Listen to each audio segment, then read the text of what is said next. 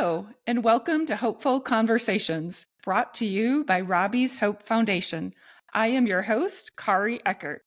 Joining me today is Robert Vermeulen, a senior in college at Cal Poly, majoring in computer science. Robert is one of the OGs of the Robbie's Hope Foundation, joining us immediately after our founding in the fall of 2018. Welcome, Robert. Hello. Thanks for having me. I'm glad to be here. I am glad you are here too. 2018 seems like a long time ago. I'm going to go ahead and start with our questions for you, okay, Robert?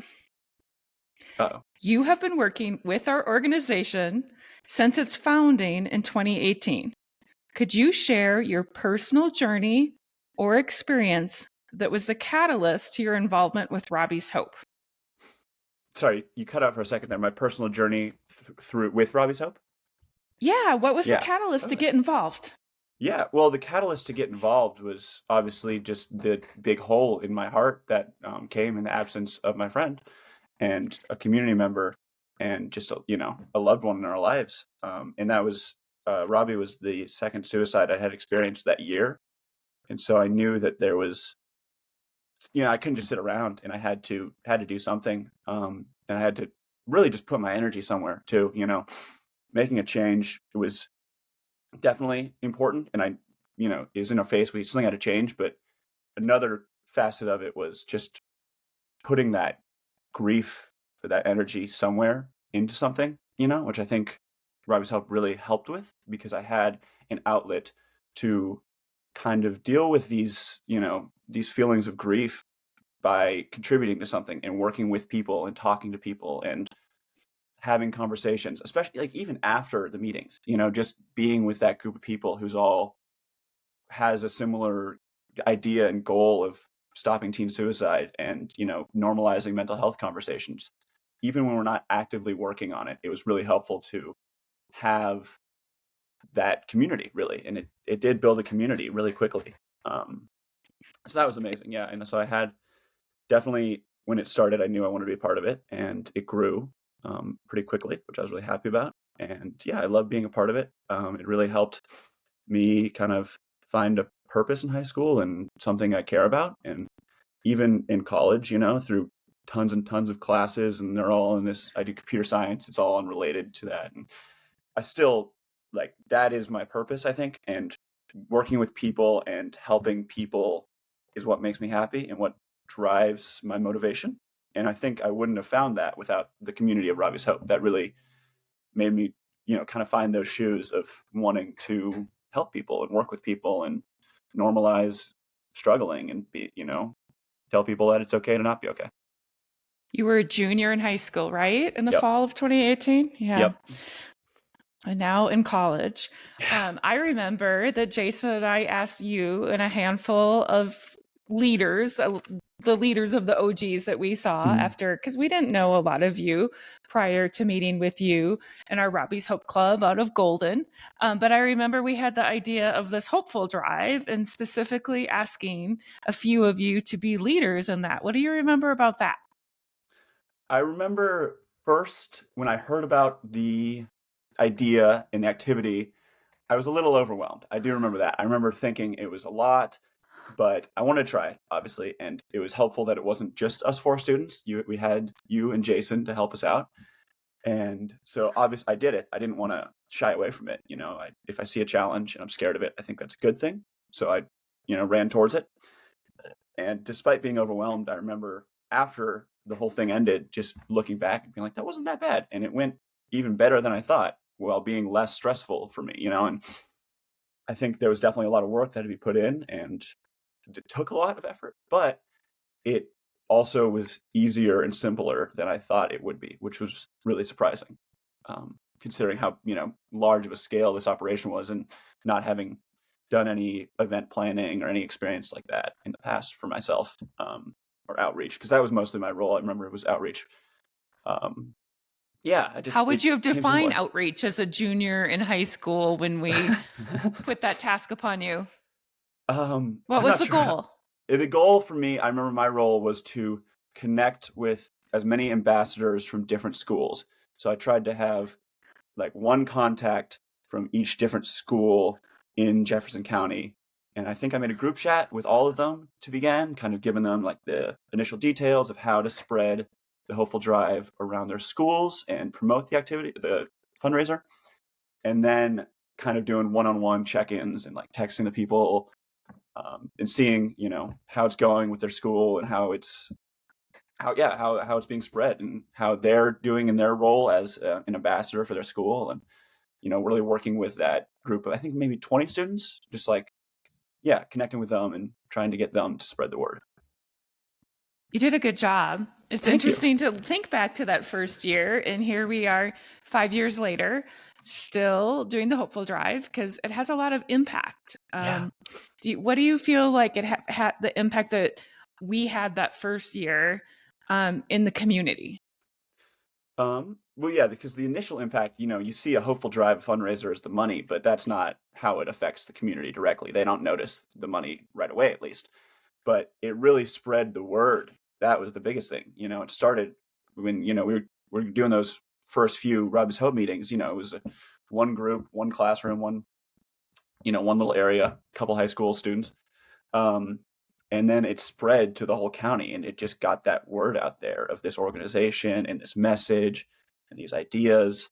And so it really helped, I guess, people take notice of this, and people start to think about these ideas of it being okay to struggle and talking about these conversations with your friends, because a lot of people, I think, hadn't had any thoughts or ideas. I know I didn't. I was never told any of these ideas or any of these things. And so to spread that around schools, I think was amazing. So this, that was like the biggest step, I think, at first to spread the message. And, it came with the students being self-directed, which I think was the coolest part, is they had their own motivation to spread the word and message, to fundraise as much and to make the event at the end. And so it allowed it to be student led. And so the students could do as much as they want, and each ambassador on their own had their own journey with it and was able to spread the word themselves. So the student led part was really cool. And so not only did it spread that message through the community, but it also empowered that group of 20 people to, be a part of this and have a desire to spread the word and to, really actively be a part of stopping teen suicide.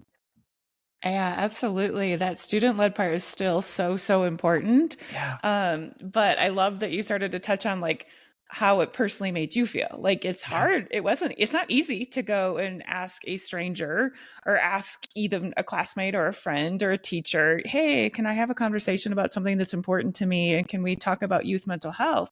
But we see over the years that young people, what they get in return from having the courage to start this, to be a participant with Hopeful Drive. Do you remember those types of feelings for yourself? Yeah. It's definitely difficult at first, especially to people that aren't involved in the organization, I guess, because when we started, with the meetings themselves, the Robbie's Hope meetings, everybody wanted to talk about these things, right? We all had these ideas, and maybe we didn't know how to yet or hadn't had practice, but we all wanted to, versus having the conversations with my friends who had no dealings with suicide in their life or no even ideas of these things.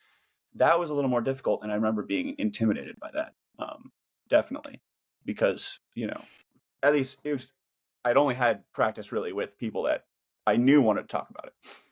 And Right. sometimes people weren't interested. Sometimes it wasn't a great conversation, but most of the time I feel like I always walked away from it feeling better than I did beforehand. And I remember it just getting easier and easier once I started, the first couple times being really intimidated, but then after that, not at all, and not really thinking, and it just kind of became second nature. And I guess my fears of people being uninterested or thinking of me differently, or I just kind of changed that to change my perspective to thinking, if they're not interested, that's okay. I am, and there's nothing to lose here. And I'm glad I'm having these conversations. So even if they don't really want to have it, at least I'm getting practice, I'm trying, and still spreading the word. Yeah, I always say that we're just planting seeds. Like we don't Mm. always, yeah, sometimes a person doesn't react the way like, no, I'm not interested in having that conversation, or they just don't really engage back with you. Hmm. But, by you having the courage to start the conversation and just say, hey, like, I am open to this, you've planted a seed. Like, and Yeah. maybe that sits with that person for, a few weeks, a few months, a few years, but they probably will recall, hey, that I remember hearing that. I remember hearing Yeah. it's okay to not be okay. Yeah. That person was really, bold or courageous to come up to me and start that conversation. Um, Yeah. do you have a lot of what's it like in college to still have this in your background and Yeah. possibly use in a college type setting? Um, it's it's weird because I think it's a little different because I think people are a little bit more used to having these conversations. Their Yeah, mental we've health is made more progress. in the foreground. Yeah, because I think I just universities have more resources, and I think it's more of a talking point. So people are aware of it, but they're still not necessarily having the conversations a lot of the time. And so I think Hmm. it's weird because sometimes people think that they are talking about mental health and they are, I guess, having positive conversations and opening, about their struggles, but they're not really getting into it, I guess, because they just kind of dance around it and they talk about mental health, but they haven't really opened up. Okay. Because people are familiar with the topic and everything, but it's still sometimes hard to get people to talk. But I've had still some like a good bit of success with starting those conversations. I guess it hasn't been as directly. There's also just a lot more people around me now, but it's College, yeah. still there. One time I'm thinking of specifically that I kind of maybe encapsulates how it's been in college is I did a awareness week, mental health awareness week, with through my fraternity's philanthropy, and um, this one of my brothers who was helping out that week wasn't really saying anything, didn't talk about his experience much, but a couple months later, just one night, randomly came up to me and just started talking. It's just like, I'm struggling, I'm not doing well, and just kind of opened up in the middle, out of the blue, completely. And that really meant a lot to me because that showed that even though maybe it wasn't actively happening right when I was doing it, it's still there, like you said, planting the seed in his Yeah. head that I'm there to talk to and that it's okay to open up. And so in time, maybe not in the moment he wasn't able to talk about it, but later on he had that idea that it was safe to come to me and it was okay to talk about, and he did, and he opened up, and then we had a couple, one-on-ones. We met up, became closer, good friends now, and he's doing a lot better now, which is really cool. And it you know it's kind of frustrating because it doesn't happen immediately maybe, No. and you may not see results right away all the time or see people engaging, but I like planting that seed so much because it's there. They have that Yeah. idea, and sometime it may grow, blossom, and come up, and they will begin that conversation. You know? Oh, I just feel like that's a great reminder that people are always paying attention, even when they're not engaged. And like saying in college, like there's a lot of people, and yeah, we hear about mental health more. I think that's a really good thing that came out of COVID. Hmm. It's, not always authentic, it's not always vulnerable, but Yeah. people are always paying attention. Like they Hmm. really, really are. Like even when they're standing in line at the coffee shop behind you, on their screen, they're still like, what's on that person's shirt, what's like, oh, what is that message, like Hmm. we're taking it all in, and when are we going to use it is not always the same thing. But being an Hmm. advocate for mental health, that's fantastic that you were able to help a brother in that way. Yeah. No, it's been amazing, and I'm very glad that I've been able to continue this outreach and prevention journey through college, and grow it into my own sort of programs and activities, and host my own events. And yeah, I've been very fortunate to have the opportunity to host those events, and it's been the most rewarding part of my college experience so far, is putting on Awesome. I those forgot events. about that college, your fraternity, because like we have stayed so busy over the years, in five Yeah. years, that you were one of the first like fraternity people that reached out to Robbie's Hope and thought about that idea. Yeah. Um, Yeah. definitely. Do you think it helped, like, having the idea of being involved with the HOPEfull Drive, that like you had an idea of what philanthropy was prior to going to college and becoming 100%. Greek? Because like, how 100%. many high school kids know what philanthropy is? Yeah, 100%. I had already had firsthand experience working with philanthropy and events and hosting for charity and outreach and all of that. And so I remember when I went through Rush, I was the only person really talking about philanthropy. And I would ask each different fraternity, like, which is your main philanthropy? What do you guys do? And the one I ended up joining, it wasn't necessarily just because it was mental health awareness was their main philanthropy, but because the people were talking about it well. The way that the guys talked about it showed they cared, and they were able to have conversations about it and actually get into it. And, because there's a lot of people in the chapter and each one has their own involvement. But when you talk to a couple people and each one is interested versus other fraternities, maybe one or two people will be interested and know something about it. But a lot of people are like, oh, it's just this thing. But the one I ended up choosing, not only was it mental health awareness, so, something that is near and dear to my heart, but also I could tell that the brothers that were there cared about it and that was on their minds and important to them. Huh. Philanthropy is, I don't know, it's like one of the greatest things. Jason and I were both Greek back in college. I think Cool. that's where we learned about giving to others, and, Mm-hmm. just very similar to the HOPEfull Drive, really, and the opportunity to grow personally, to Yeah. do good for others. And then Yeah. that part of doing something that you care about personally, and Mm-hmm. showing that the impact that can have. I don't know. It's probably one of the greatest blessings of our lives, is to be Yeah. able to give to others. Like, Yes. it's where what we get in return is Yeah. Well, so that's the thing. great. You do it for other people, right? You do it to help the ones around you and the greater community of wherever you are, whether that's Colorado or, Cal Poly. But the returns are incredible because you don't think about that. You don't do that typically for the returns or whatever. But when I put on a concert, a benefit concert where all the proceeds went to the Jed Foundation, which is the foundation my fraternity partners with. That was the most impactful part of my college career, and that turned around really my school and my work ethic because I was really struggling with college through my sophomore year, and to the point where I Okay. wasn't sure if I could graduate. It was a lot, and I put on this concert that was even more than school. But school, it's easy for me to give up on because I'm not, I guess, as interested or care as much. But that concert, so near and dear to my heart. I'm not letting this fall. I'm not letting this fail. So I put in the work and I really changed my habits and my work style and how I get things done and just my whole routine and everything to get it done. And then after doing that, I was able to, bring that experience into my schoolwork, and it's been not necessarily easier, I guess, but a lot more successful, and I'm able to do it a lot Huh. better. Yeah. Thank you for sharing that. You Yeah. like gave to others even when you were struggling yourself, Mhm. and yet you feel like it made you better. Yeah, definitely. Yeah, Very like I cool. said, like easily the biggest turning point of me becoming successful in college, becoming able to complete my classes and get grades that I'm happy with. I feel like in high school, I got to experience a very pivotal moment for your high school career. And I feel like it could help other ambassadors, kids involved with Robbie's Hope now that are still a freshman, a sophomore, a junior in high school.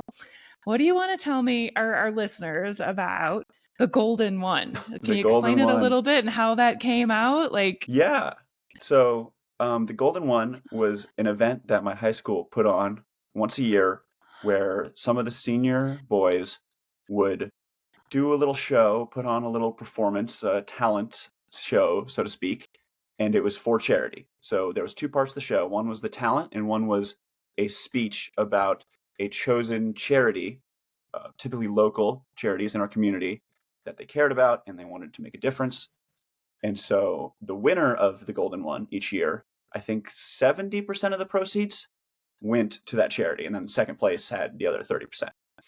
And I remember when I was a freshman in high school, I saw that event happening and I really wanted to do it. I knew that that was for me. That's, I like being on stage. I like being in front of people. And back then, it wasn't even for charity. A couple years later, it becomes for charity. And then I'm like, oh, now I have to do it. And then Robbie passes away. I become involved with an organization, and I finally have a philanthropy I care about. And so when the event started, and I knew I was going to sign up for it, but it was great because I knew what charity I wanted to be with. And a lot of the other boys participating in the event didn't really have a philanthropy or charity close to them. And so I think we were given a list, and they just kind of, picked and chose which one. But for me, I already had Robbie's Hope, and I already cared about it. And that, in part, that was probably the reason I won, is because my speech was really easy for me to speak naturally and true and honest and open about Robbie's Hope and why I care about it, why I'm part of this organization, why I, spend my time with them, and why I think the fundraiser should go to them. And I remember that speech being less prepared than I would have hoped for an event that I had been thinking about for 3 years. But I got on stage and it didn't matter because I had been with Robbie's Hope for a year at that point. I had been having conversations just like the one not a conversation, but just like my speech. And so it came naturally. It flowed out, and it was real easy to just talk honestly about why I care about this organization. And because of that, I won. I won the thing. And that was amazing. I think it was the best, my, top high school experience, being able to not only, do this fun event in front of my friends and the whole school, but also spread the word of this organization to my entire campus. And everybody who was there heard it and really understood the impact. And I remember opening up about my own mental health problems on stage, and that was a huge moment. And I remember going back and forth between doing that or not, and I'm so glad I did, because when I started Robbie's Hope, I think a lot of people started hearing more mental health conversations, but not everybody's listening. And when you're on stage with a microphone, everybody's listening. Everybody has to hear it. And so I think that was so impactful, and I was so happy I had the opportunity, to talk about that in front of my entire high school. And yeah. I was there. Jason was there. We didn't know. I mean, we knew that you had picked Robbie's Hope. You never shared your speech with us ahead of time, and we didn't really know what the golden one was. And I just remember, like, you were incredibly authentic and just so real. I remember I got goosebumps and some tears. Like, wow, like the impact that we are having with kids, student-led young people like Robert Vermeulen in Golden High School this is so, so cool. We didn't know you, Robert, prior to Robbie's death. No. And yet we can get kids to be the catalysts and leaders in their communities to create really positive change. That was a great experience for us as well. Do you remember any other examples of like how, or what would your advice be to a high schooler that like maybe a little bit, I don't have the golden one competition, but how do you take that step to go out there and do what you believe? I guess it's just to find every opportunity you can and take whatever doors are open for you, because every person's life and experience is different. But there will always be times where you can talk about it, whether you have an opportunity to speak on a stage about something written near and dear to your heart, or just in a one-on-one conversation when you hear someone make a joke about suicide in just like a casual setting, and you have the opportunity in that setting to move on, let it slip, and think about it later.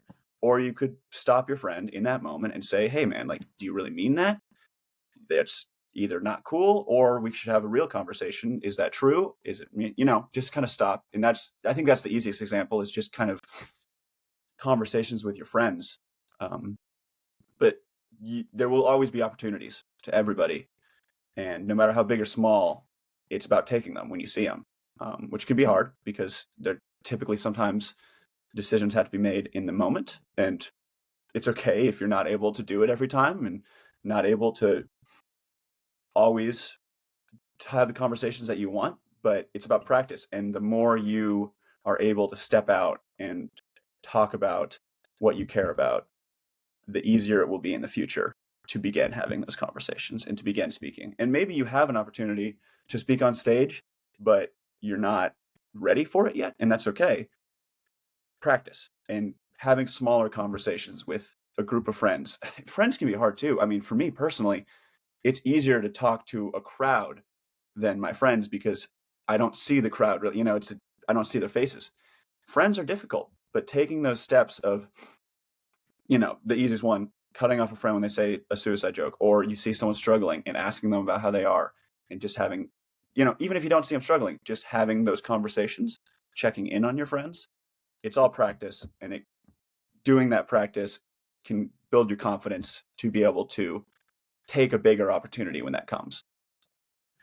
Yeah, it is practice. I feel like I hear you talk about like being in your fraternity and meeting like kind of like-minded people who have like the Jed Foundation, a suicide prevention type based organization, knowing philanthropy, being involved in Robbie's Hope in high school, like being with like-minded or other, bringing somebody along in the journey. Like it's easier to do things with somebody else versus just sometimes doing it alone. Do you 100%. remember any of that? Or does Yeah.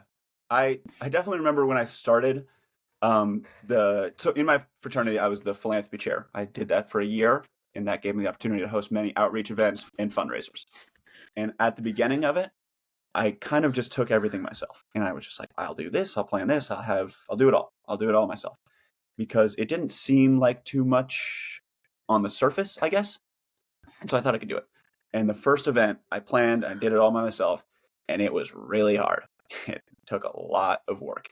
And I think that kind of took away from it a little bit because there were things I couldn't do as well and things I couldn't put as much time into as I wanted to. And I think maybe it took a little bit away from how I thought about it afterwards because it had stressed me out so much doing that all by myself and putting that all on my plate. And so I started to incorporate a couple other students in for the next event that I did, and that helped a lot. And I remember it being kind of difficult for me at first, honestly, to move this work. I care about it so much. And I had been working with mental health for 3 years now. So I was kind of nervous to spread responsibility to other kids, but there are so many other people out there that care, that are just as capable as I am, if not more, and able to help. And so though I was nervous at first about giving that work, it really helped and it really took off. And I was able to see that other people really do care and they want to do this. And it's a lot more helpful to do it with a group of people because you just have more options. You have more of it. You have more time. You have more resources. You have more effort.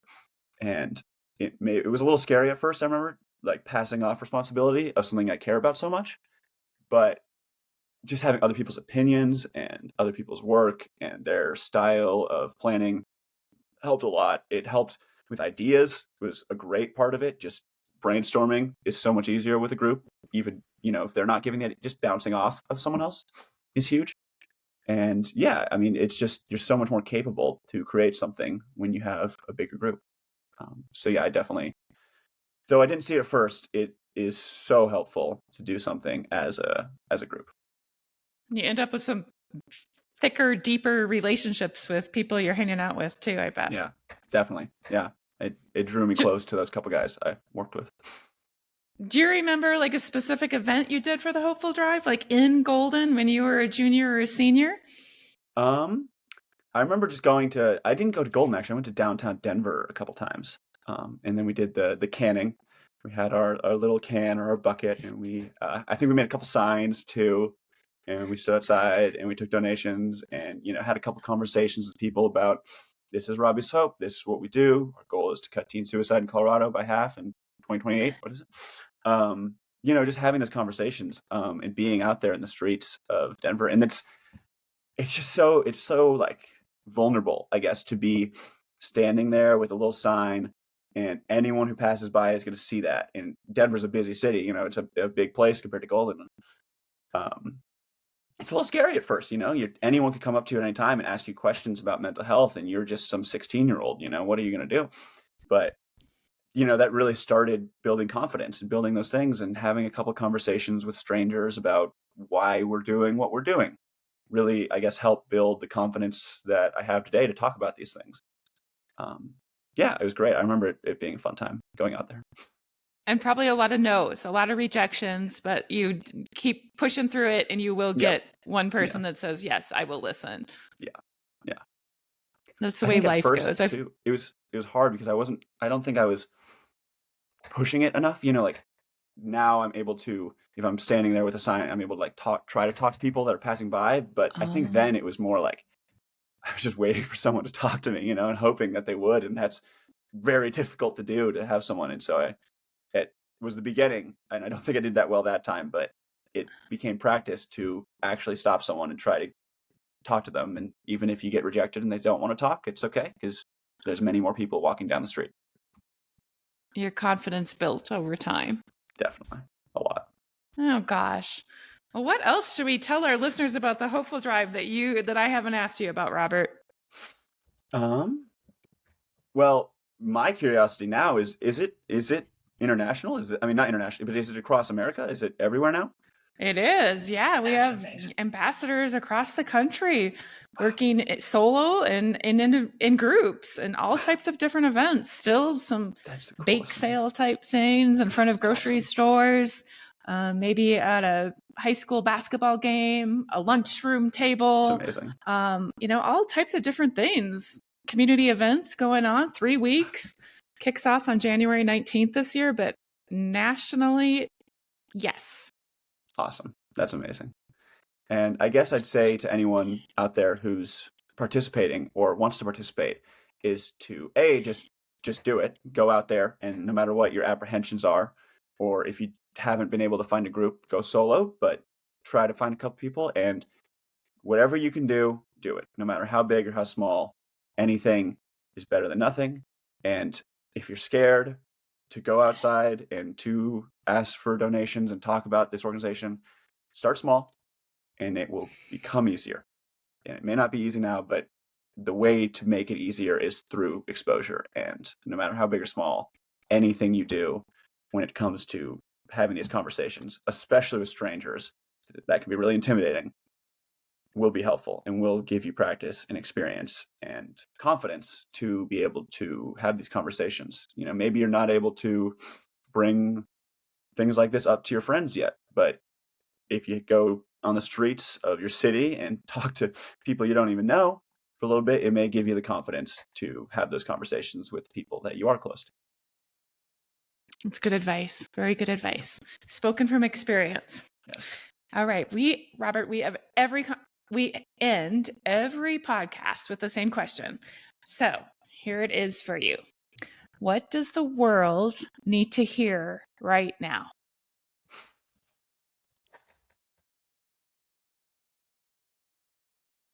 The whole world.